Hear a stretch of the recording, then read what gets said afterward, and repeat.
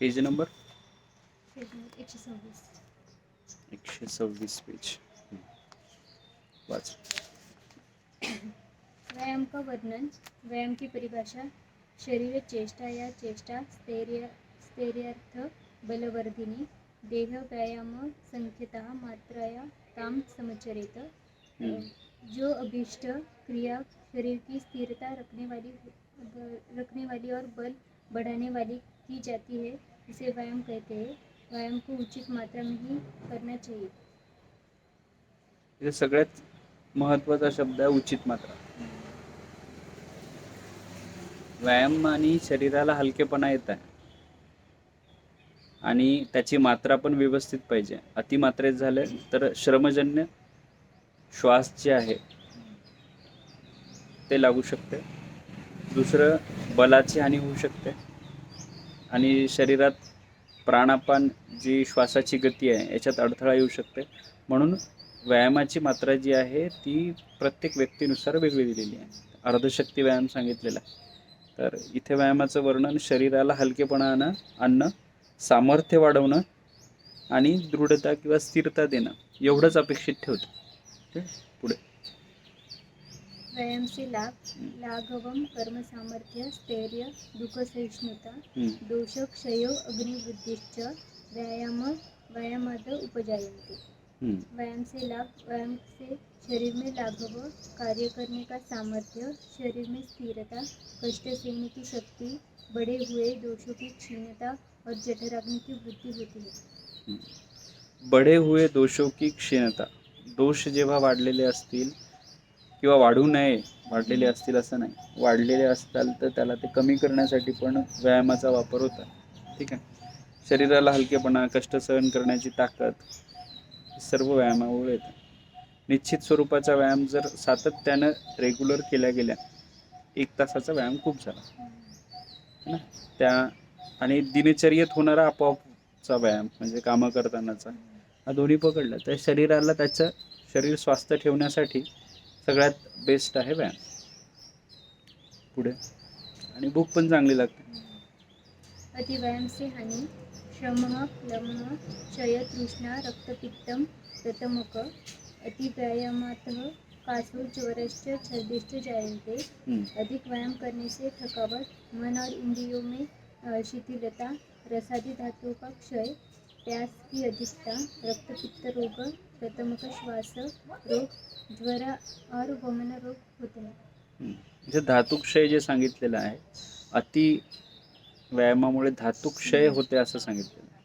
म्हणजे मग 2 गोष्टी आहे की आपण त्या दिवशी डिस्कशन करताना ते विचार केला की जिममध्ये जे हेवी वर्क करणारे लोक आहेत किंवा शरीराला मसल्स पंप करण्यासाठी किंवा बॉडी एक विशिष्ट स्ट्रक्चर दिसण्यासाठी किंवा जे रेसलर्स आहे किंवा याच्यामध्ये वेटलिफ्टर्स आहेत या सगळ्यांमध्ये जर त्यांच्या खानपानाचा संबंध जर आहाराशी बरोबर जोडला गेला नाही आणि श्रमा जर जास्त व्यायाम प्रमाणात झाला तर त्यापासून त्यांना मग बाकीचे होणारे जे प्रॉब्लेम्स आहेत ते आपण डिस्कशन केले. ठीक आहे.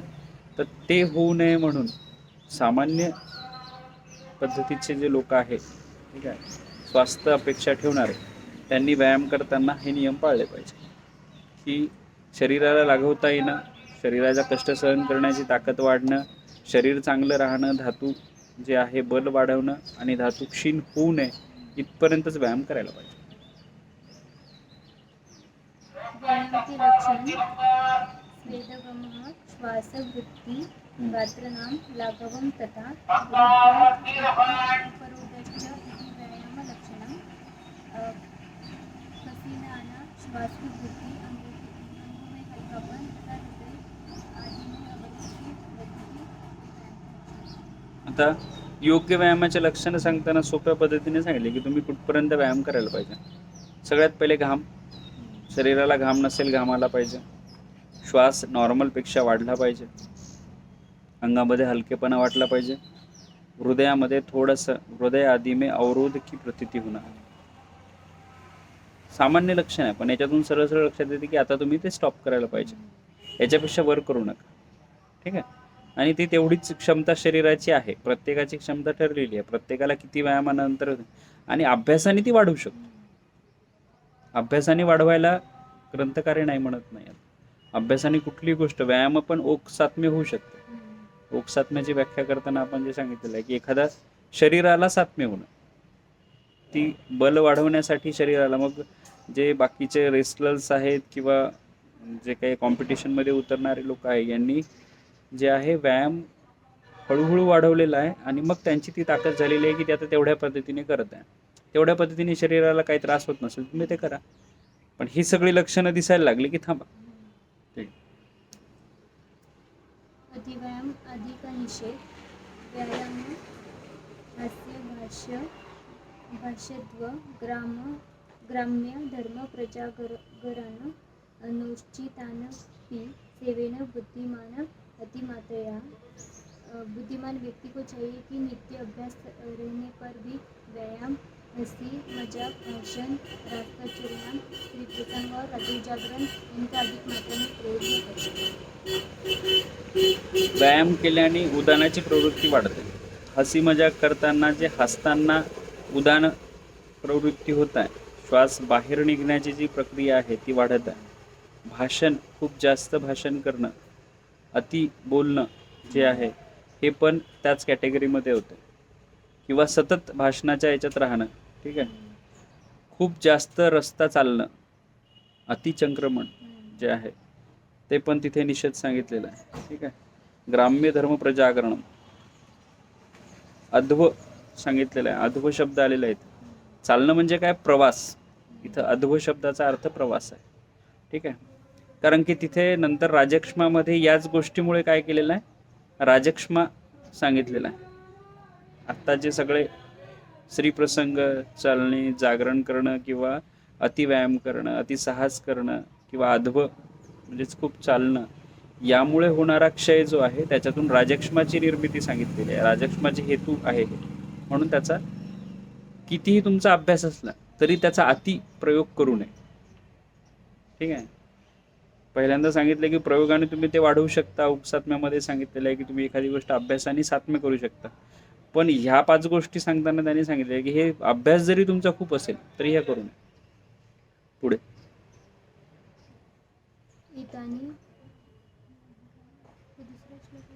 हां, खालचं मराठी वाचना. इन उपयुक्त कर्मों को और ऐसे ही अन्य अनेक कर्मों को जो व्यक्ति अधिक मात्रा में सेवन करता है वह हाथी को खींचने वाले सिंह की तरह अकस्मात विनिष्ट हो जाता है. ठीक आहे.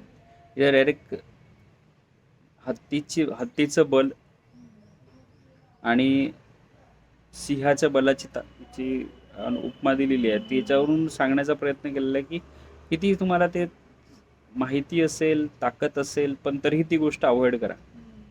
कारण की त्यांना माहिती होतं की याच गोष्टीमुळे हृदयावर रोध होऊन, जसं पहिल्यांदा सांगितलं, हृदयाचा अवरोध होते, मस्तिष्क अवरोध सांगितलेला आहे. मग हे ब्रेन हॅमरेज किंवा हार्ट फेल्युअरकडे जाणारे कंडिशन्स आहेत. त्यामुळे तिथं तुम्ही कंट्रोलमध्ये राहा असं त्याने सांगितलं. पुढे व्यायाम के अयोग्य पुरुष, जो व्यक्ति अधिक मैथुन, अधिक भार को ढोने तथा अधिक मार्ग गमन से क्षीण हो गए तथा जो क्रोध, शोक, भय एवं परिश्रम से पीड़ित है, साथ ही बल, वृद्धि, वात प्रकृति के तथा जोर से बोलने के अभ्यस्त है और जो भूख प्यासे हैं, ऐसे लोगों को व्यायाम नहीं करना चाहिए. ठीक आहे. व्यायाम कोणी करू नये याच्याबद्दलचे जे इंडिकेशन्स आहेत ते इथे दिलेले आहेत. जर क्रोध आहे, शोक आहे आणि कुठल्याही अशा मानसिक ज्या स्थिती आहे ज्याच्यामध्ये शरीरासोबत मन कनेक्ट नाही आहे, त्यावेळेस आपलं नियंत्रण शरीरावर राहणार नाही.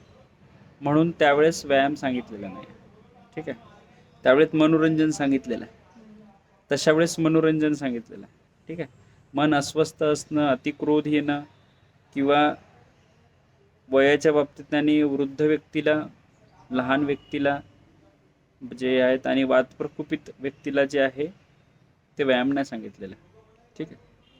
पुढे परिवर्तन का नियम, हम्म, हित अहित के सेवन तथा त्याग का विधान। बुद्धिमान व्यक्ति को चाहिए कि वह उचित किंतु अहितकर आहार को क्रमशः जोड़ दे और हितकर आहार का क्रमपूर्वक सेवन करे। हम्म, इस क्रम को बतलाया जा रहा है।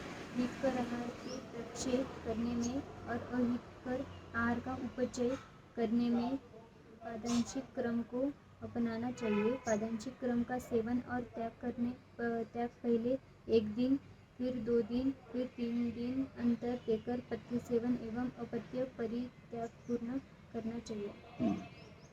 बुद्धिमान व्यक्ति को चाहिए कि वो उचित किंतु अहितकर आहार को क्रमशः छोड़ दे और हितकर आहार का क्रम पूर्व सेवन करे, इस प्रकार। आता इथे हितकर अहितकर जे आहे शरीरातील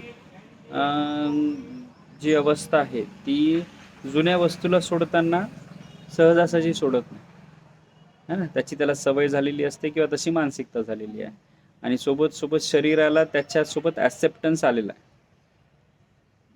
त्यामुळे ती सोडताना शरीर त्रास होत आहे का, तर ते सोडताना शरीराला काहीतरी एक विशिष्ट क्रम देणं गरजेचं आहे. तो क्रम पादांशिक क्रम म्हणून आहे, ठीक आहे. तिकडे ॲलोपॅथीमध्ये पण स्टिरॉइड्सचं पहा, स्टेप बाय स्टेप ते सोडतात.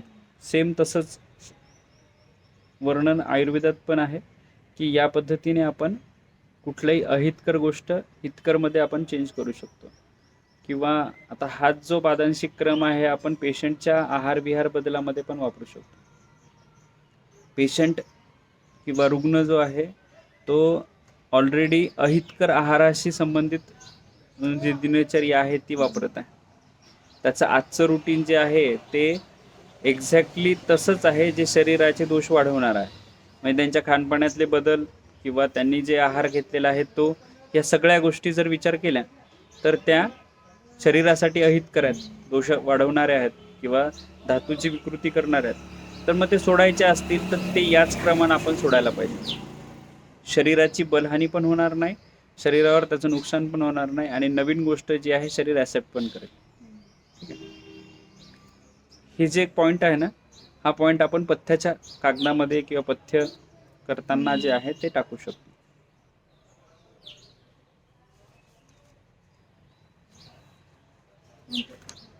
हाँ, शरीर की प्रकृतियों का वर्णन। शरीर की प्रकृतियों, कुछ मनुष्य गर्भधान के समय से ही सम पित्त वात कफ प्रकृति वाले होते हैं और कुछ वात प्रकृति के, कुछ पित्त प्रकृति के तथा कुछ कफ प्रकृति के होते हैं।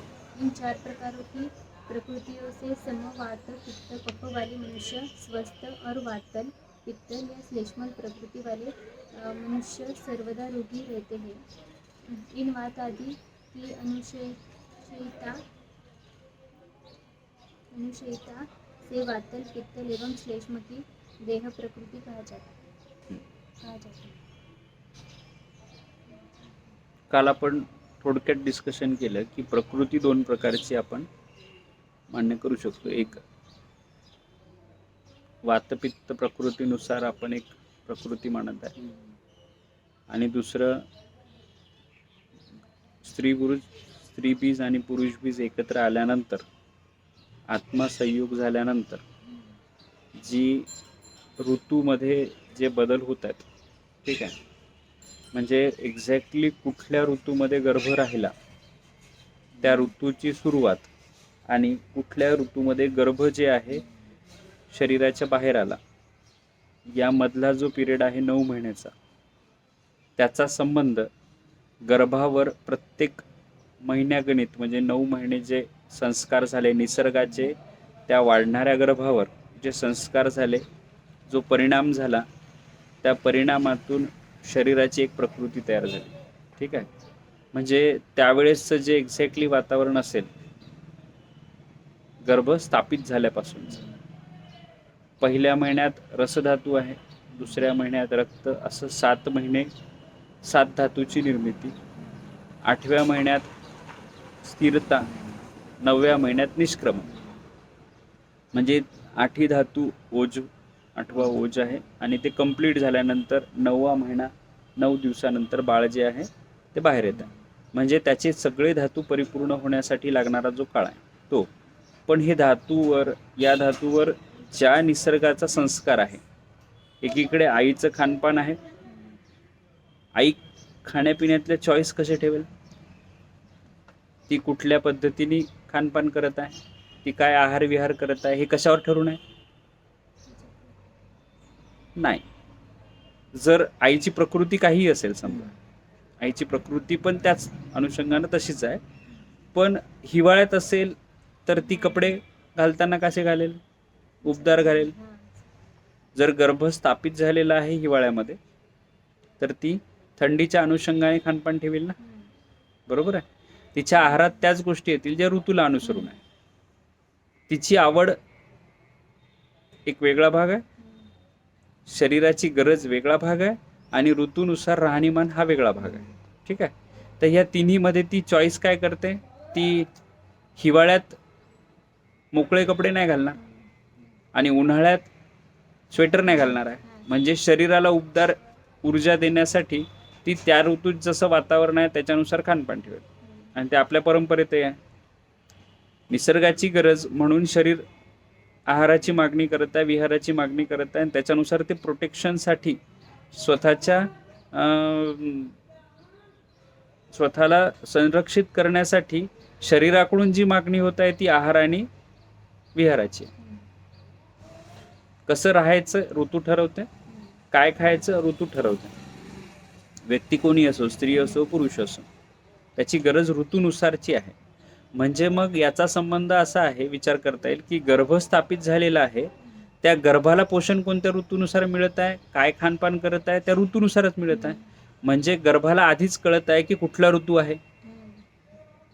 जो गर्भ स्थापित झालेला आहे, आत्मा स्त्री बीज आणि पुरुष बीजाचं एकत्रीकरण झालं आणि त्याच्यानंतर त्यात आत्मा संचय झाला आणि आता त्याला संवेदना सुरू झालेल्या आहे, त्याला कळायला लागलेला आहे, त्याला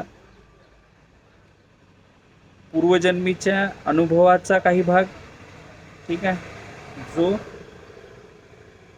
नवीन शरीरासोबत थोड्याफार प्रमाणात संचित राहील, आणि आत्ताच्या आईवडिलांच्या संस्कारानुसार जो शरीरावर येणारा बदल आहे खानपानातून, त्याच्यानुसार ते स्वतःची जडणघडण करत आहे. ठीक आहे. ही जडणघडण होत असताना शरीरातले धातू तशाच पद्धतीने तयार होतील जसा ऋतू आहे. हे कळलं? मग ही एक प्रकृती. आणि आता बाळ जन्माला आलं, ते जन्माला आल्यानंतर पहिलं वर्ष जे ऋतूचा पहिला संस्कार झालेला आहे ते त्याच्यावर दोष जे आहे वात पित्त कफ याच्यानुसार, जसं आकाशातून पाणी पडलं ते संस्कारित आहे का? नाही. ते सरळ सरळ शुद्ध स्वरूपातलं आहे, त्याला गांगजल म्हणतो आपण किंवा आकाशीय जल म्हणतो.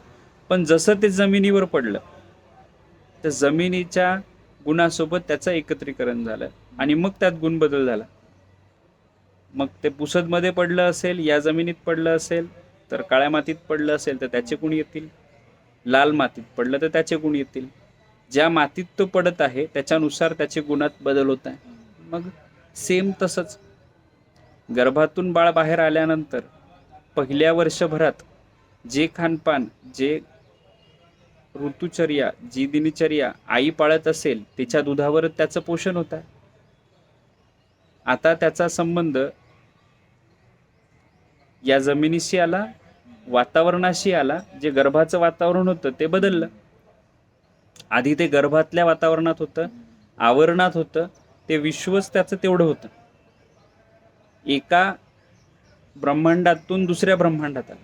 गर्भ जर विचार केला तर त्याच्यासाठी एक आशयच आहे. त्या आशयात किंवा त्या घरात ते राहत आहे, आजूबाजूला सगळं एम्निओटिक फ्लुइड आहे आणि जे पोषण मिळत आहे ते आयतं मिळत आहे. आता त्याला बाहेर आल्यानंतर काय होत आहे, त्याला त्याच्या पोषणासाठी मागणी करायचं काम पडत आहे. भूक लागली की रडणार, पोट साफ झालं की भूक लागणार. हा त्याचा पहिला क्रम जो आहे. धातू कसे आहे, पहिल्यांदाच निसर्गाच्या संपर्कात आल्यामुळे त्याची ती ताकद नाही आहे. त्याला आत्ताही दुसऱ्यावर डिपेंड राहणं आहे. आत्ताही त्याला आईच्या पहिले आहार रस तयार होऊन गर्भात जायचा, नाभीच्या माध्यमातून पोषण व्हायचं, आता स्तनाच्या माध्यमातून पोषण होत आहे, दुधातून पोषण होत आहे. प्रक्रिया तीच आहे. स्टेप बाय स्टेप सवय लावत आहे निसर्गासोबत मॅच करून घेण्याची. गर्भाच्या आतमधला निसर्ग वेगळा, गर्भाच्या बाहेर आल्यानंतर निसर्गासोबत वातावरणासोबत एकरूप होण्यासाठी लागणारं जी ताकद आहे ती वेगळी, आणि मग आईच्या दुधातून मिळणारं पोषण, आणि मग बाळाचं पहिल्या वर्षभरात होणारी वाढ.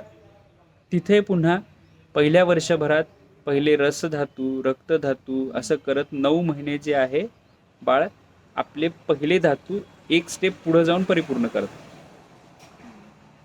आणि पुन्हा वर्षभराचं 9 महिन्याचा काळखंड संपल्यानंतर त्याला शरीरात पण तसेच बदल होत आहे ना.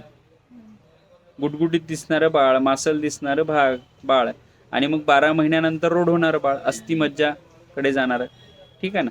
हे धातूची परिपूर्णता दाखवत आहे. जसजसं ते पूर्ण होत जातं है ना, तसतसं शरीर जे आहे निसर्गासोबत ते मॅच करत जातं. मग आता तेवढी ताकद त्याला येते की स्वतःच्या भरोश्यावर ते अन्न मागू शकते. एक एक करत स्टेप मोठे होत आहे. पहिले जे वर्ष आहेत ते शरीराच्या निसर्गासोबत मॅच होण्याचं वर्ष आहे. ते पण पहिला संस्कार आहे ना शरीराचा.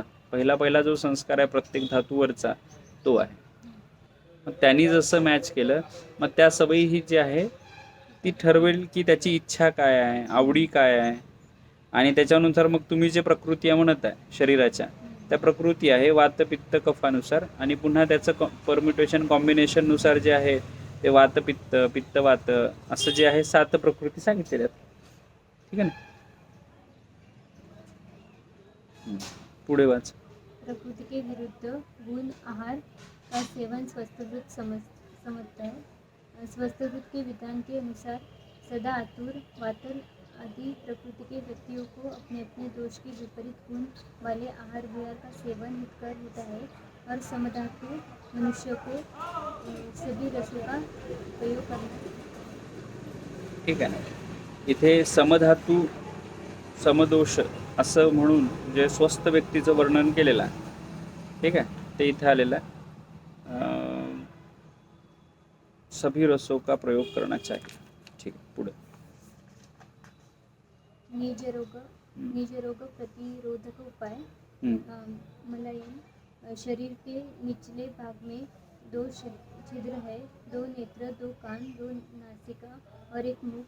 ये 7 छिद्र शरीर में है। इनके अतिरिक्त शरीर में स्वेद निकलने के लिए लाखों करोड़ों की संख्या में रोमकूप या स्वेदमुख है। इन सबको मलायन कहा जाता है। दोषयुक्त और अधिक मात्रा में निकलने वाले मलों से ये कष्टमय तथा विकृत हो जाते हैं. ठीक आहे. आता इथे सरळ सरळ 9 द्वाराचं वर्णन केलेलं आहे. ठीक आहे. तर आलेलं आहे का 9, 1, 2, 3, म्हणजे 2, 6, 7, 8, 9 बरोबर आहे. 9, 7 आणि 2 9, 9 आणि हे म्हणजे ठीक आहे. 9 द्वार वर्णन केलेले आहेत. ठीक आहे. आणि तसं पाहिलं तर ते असंख्य सांगितलेले आहेत. पुढे मलवृद्धि तथा मलक्षय के लक्षण। मलमार्ग के भारीपन और मल के अतिमात्रा में बाहर निकलने से मल की वृद्धि, और मलमार्गों में हल्कापन होने से तथा मल का संग होने से मल का क्षय जानना चाहिए. मलक्षय आणि मल वृद्धीची लक्षण। मलमार्गों में भारी और मल की अतिमात्रा में बाहर निकलने से मल की वृद्धि, और मलमार्गों में हल्कापन होने से तथा मल का संग होने से मल का क्षय जानना चाहिए. मलक्षयाची लक्षणं काय, हे एक प्रश्न पडत आहे. ठीक आहे ना. मलक्षयाच्या लक्षणावरून आपल्याला बऱ्याच गोष्टी लक्षात येतील. आपल्याला कॉमनली हे पेशंट दिसतात की पोटात जडपणा वाटत आहे, पोट साफ झालेलं नाही आहे है ना, किंवा मलमार्ग, हे वाच एकदा पुन्हा परत. मलमार्गों के भारीपन और मल के अतिमात्रा में बाहर निकलने से मल की वृद्धि, और मलमार्गों में हल्कापन होने से तथा मल का संग होने से मल का क्षय जानना चाहिए. मलसंगाचे किंवा मलक्षयाचे रुग्ण ओळखता आले पाहिजे. मला वृद्धीचे लक्षण दिसणारे वेगळे रुग्ण आहेत, मला क्षयाची लक्षणं दिसणारे वेगळे आहेत. ठीक आहे, पुढचं वाच. दोषों तथा क्षयज्ञानपूर्वक चिकित्सा मलबुद्धि या मलक्षय से उत्पन्न हुए रोगों को दोषों के लक्षणों से अच्छी प्रकार समझ बूझ कर जो